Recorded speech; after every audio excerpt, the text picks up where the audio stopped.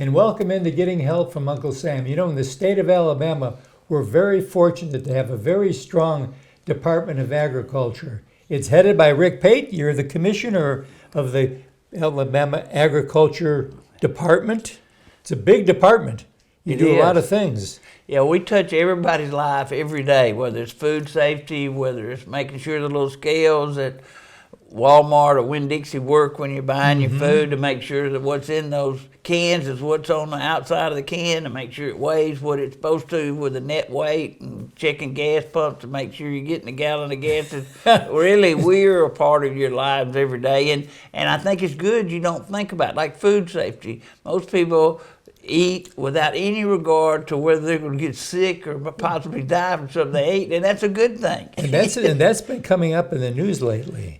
Yeah. A lot of recalls on a lot of different products, and that's basically all of food safety. Yeah, and that's us. I mean, we have a really strong food and drug lab, and some of those recalls actually come out of ours. But yeah, you got some things like peanut butters that maybe get some aflatoxins, But yeah, we're on top of it. I tell people a lot, if 3 or 4 people died from something they ate, they'd lead on the national news, Yes. you know. It's just so unheard of anymore in this country. Safest food system in the history of mankind. And you've done some unique programs in the department since you've been in there. Let our viewers know a couple of them that affected them. Well, that first year, 2019, we realized Alabama was one of the few southern states without a branding program. And so you didn't know if the potatoes you were buying were from Mexico or California, or they were Slocum or Sand Mountain. And so we thought that people are willing to pay more for local products. And so we just thought they had a right to know where those products came from. So we stood up Sweet Grown.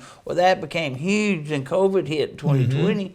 We decided what an opportunity to put Alabama food in the school system. And Eric Mackey, the superintendent, was very supportive. And so we got the legislature to give us some money, and we reimbursed the child nutritionists a quarter every time they fed one Alabama product to one Alabama child. So that doesn't sound like much, but they feed tens of thousands of meals, most of them a month. So anyway, that thing has grown and grown and grown. Well, then during COVID, sort of the tail end of it, we found this USDA program where they would allow us to buy local fruits and vegetables and give it to food banks, and especially we could target schools that had over 50% of the children on reduced lunches. And so that was a tremendous program. And then we found another $15 million we could make low interest loans to meat processors that wanted to start up in Alabama. And so we found $550,000 to talk about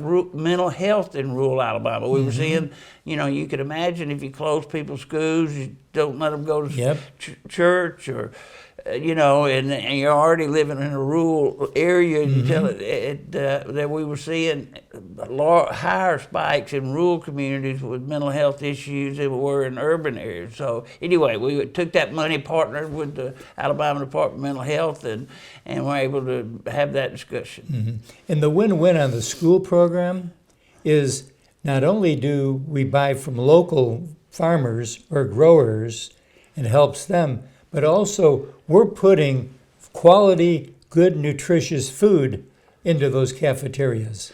Oh, absolutely. We know that food that's grown locally was picked either that morning or no more than the day before. It is at ripeness. We know that tomatoes that come from Mexico were picked 17 to 18 days ago. By the time they get picked, put on a truck, taken to a warehouse, redistributed, put on another truck, go to another warehouse. And so, they're picking them way before they're ripe. You know the nutritional value is not there that it is in local food. And we're helping local farmers.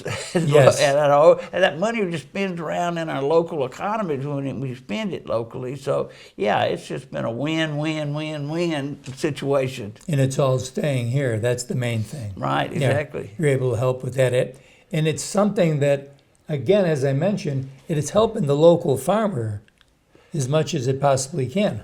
Yeah, I don't know that we hadn't, since in my 6.5 years, that we hadn't at least 50% more local products being grown in Alabama than were before, if not twice as much. Well, because we were buying so much, we had to actually contract with growers to grow, because we could have sucked all the local food was what we were buying, and we didn't want to do that. We wanted there still to be plenty for farmers market for you to buy and other people to buy. So we actually, contracted with people that were growing local fruits and vegetables to grow more than they had, and guaranteed them a price and how much we'd buy the next season. And a lot of our viewers, they probably, if you were to talk to somebody and say, agriculture in Alabama, probably top of the mind, they may say something like cotton. But they don't realize the fact that we are fixing to be #1 in poultry. Yeah, we are. We're the big things in Alabama are wood products. We're I think Yes. third in the nation, Yes. and that's coming this way faster and faster as there's more restrictions in Canada and the Pacific Northwest, and we've got tons of obviously timber land in the state, but poultries are huge in Alabama, especially you get up in North Alabama. But we're up there in several things, sucking in catfish. So, Well, Rick, thank you for what you're doing. And remember, the Agriculture Department is here to serve many needs that we have from the farm to our tables. And we'll be right back right after this.